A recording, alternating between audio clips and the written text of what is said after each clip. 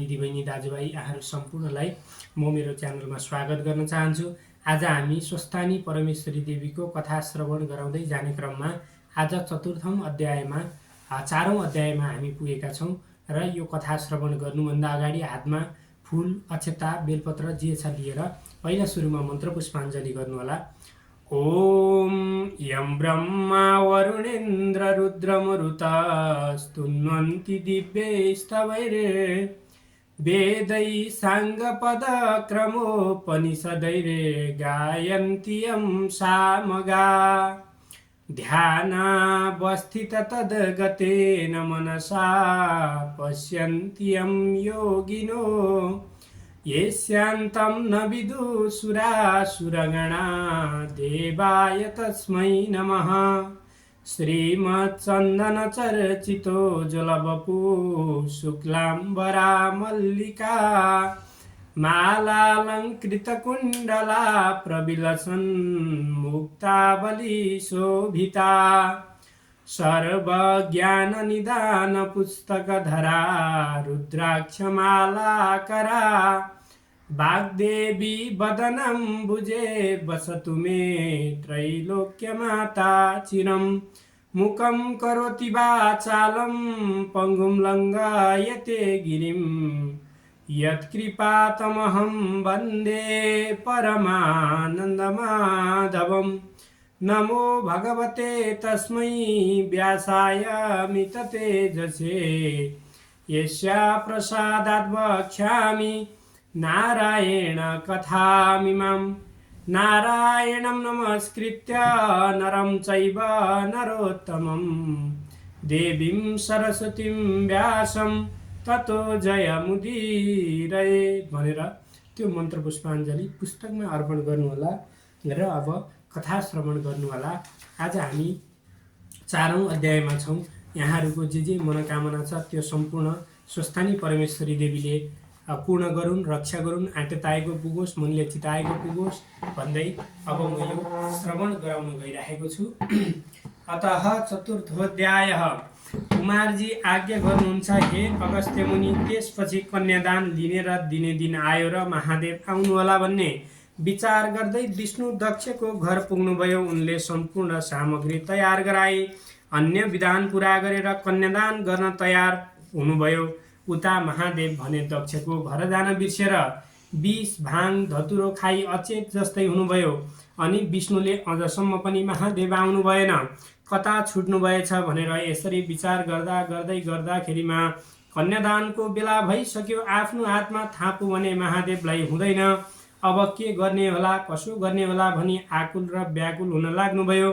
उता भने महादेव अकस्मात झसङ्ग भई कन्यादान दिने दिन त आज नै हो, विष्णु भगवान पुगिसक्नुभयो होला, कन्यादान दिने बेला पनि भयो होला। यस्तो सम्झेर तत्काल वृद्ध सन्यासीको रूप धारण गरी दक्षको घर पुगेर भिक्षा माग्नुभयो। हे विष्णु, म धेरै परबाट आइरहेको छु, मलाई भोक लागिरहेको छ।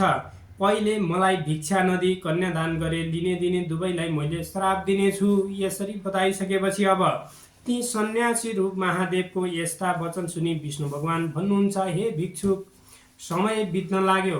कन्यादान भइसकेपछि भिक्षा दिएर सन्तुष्ट गराउँला। अहिले म बसेको ठाउँमा आएर बस्नुहोस् भनी आफू बसेकै सिंहासनको छेउमा बसाल्नुभयो। महादेव कस्तो समयमा पुग्नुभयो भने बिरणीले सुनको कमण्डलुले कन्यादान दिँदाखेरिमा जलको धारा दिई दक्ष प्रजापतिले सतीदेवीको हात समाती विष्णुको हातमा सुम्पन लागेको यस्तो समयमा पुग्नु भएको थियो र विष्णुले आफ्नो मायाले ढाकेर दक्ष दम्पतिको आँखा छलेर सतीदेवीको हात सन्यासी रूप महादेवको हातमा पारिदिनुभयो। त्यो देखेर दक्षले अत्यन्त दुखी भई विष्णुको मुखमा हेरेर, हजुर आज भारी कपटी हुनुहुँदो रहेछ।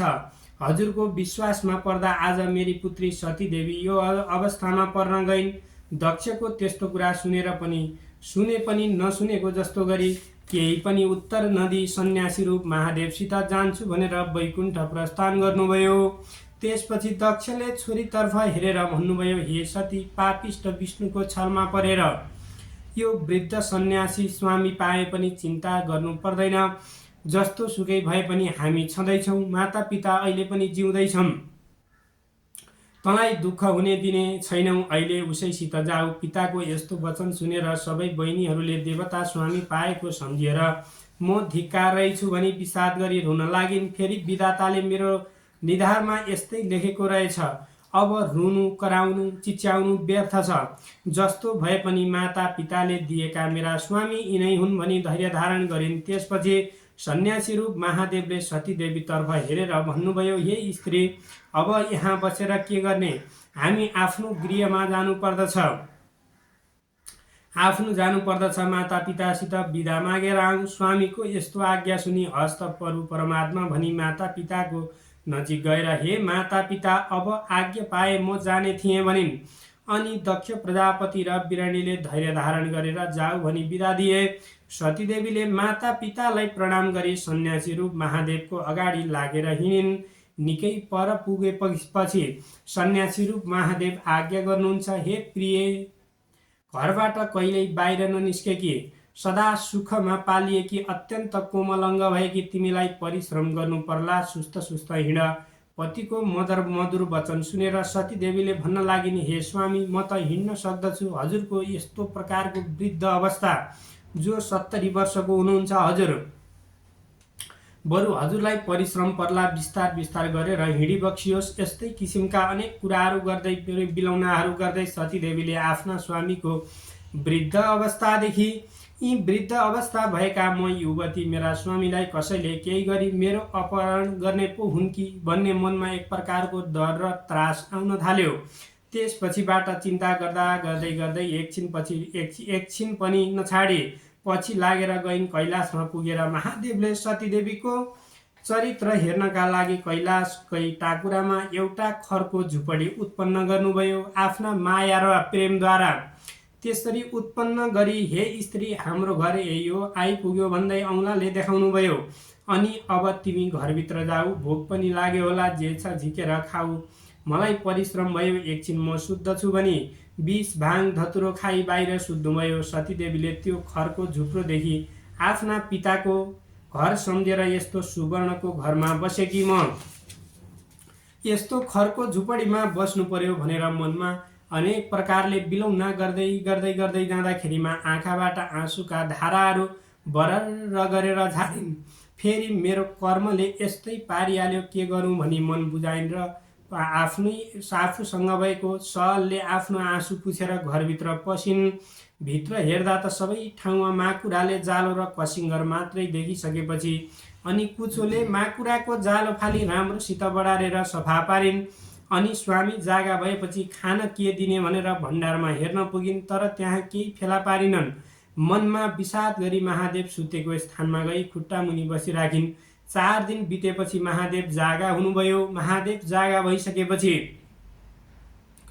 सतीदेवीको मुखमा हेरेर, हे पापिनी स्त्री, मलाई बाहिर एक्लै सुताई आफू भित्र सुतिस्, त्यसो गरे पनि तँलाई खानु पर्दैन थियो, केही खाइस् कि खाइनस् भन्दै अनेक तरहले रिसाउन लागेको देखि हँस्याइलो मुख गरी स्वामीको मुखमा हेरी, हे स्वामी, हजुरलाई गहिरो निद्रा परेको देखेर जागा गराउन सकिन। म सुतेको पनि छैन, यहीँ बसिराखेको छु। मैले त भण्डारमा जे भए सबै खाइसकेँ। अब हजुरले के खानुहुन्छ भनेर सतीदेवीले कस्तो भने सधैँ श्रृङ्गार गरी रिसमा पनि एक प्रकारको रसमा पनि उज्यालो मुख गरी स्वामीकै भक्तिमा चित्त लगाइरहन्थिन्। सतीदेवीले त्यति भनेपछि त्यहाँ के थियो र खाइयोली भनी करुणा मूर्ति प्रभु परमात्मा शिवलाई अत्यन्त करुणा भयो र, हे प्रिय, हाम्रो घर यो होइन, यो खरको भित्ता च्यातेर हेर त भन्नुभयो। र सतीदेवीले भन्दछिन्, हे परमात्मा, भएको घर नासी नभएको घर कहाँ हेर्न जाउँ? फेरि बनाउनु परेमा हजुर वृद्ध, म नारी जाति कसले बनाइदेला हाम्रो घर?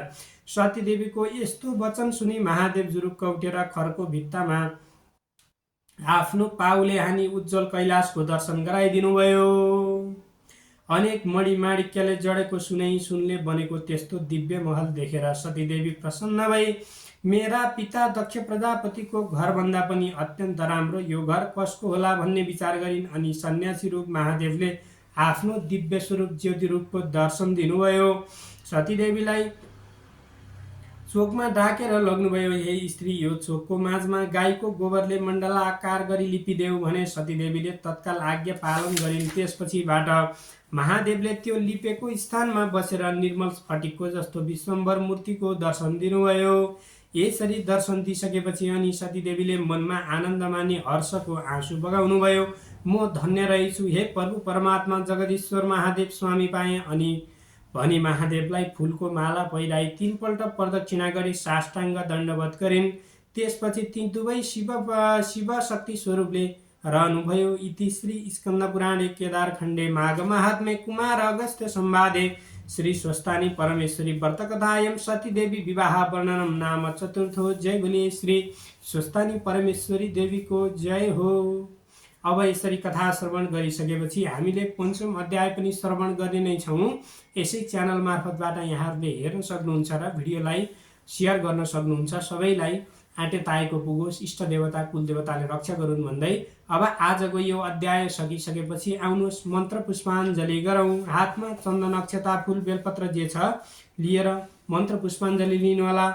ओम उपनयतु मङ्गलम वा सकल जगन मङ्गलालय श्रीमान दिनकर किरण निबोधित नवनली नदल निवेक्षण कृष्ण काले वर्षतु पर्जन्य पृथिवी सस्यशालिनी देशोऽयं क्षवरहितो ब्राह्मणा सन्तु निर्भया अपुत्रा पुत्रिणा सन्तु पुत्रिणा सन्तु पौत्रिण निर्धना सदना सन्तु जीवन्तु शरदां शतम् तत्रैव गंगा यमुना च तत्र गोदावरी सिन्धु सरस्वती च तीर्थाणि सर्वाणि वसन्ति तत्र यत्राच्युतोदार कथा प्रसंग या कुन्दिन्दु तुषारहार धवला या शुभ्रवस्त्रावृता या वीणा वरदण्डमण्डितकरा या श्वेतपद्मासना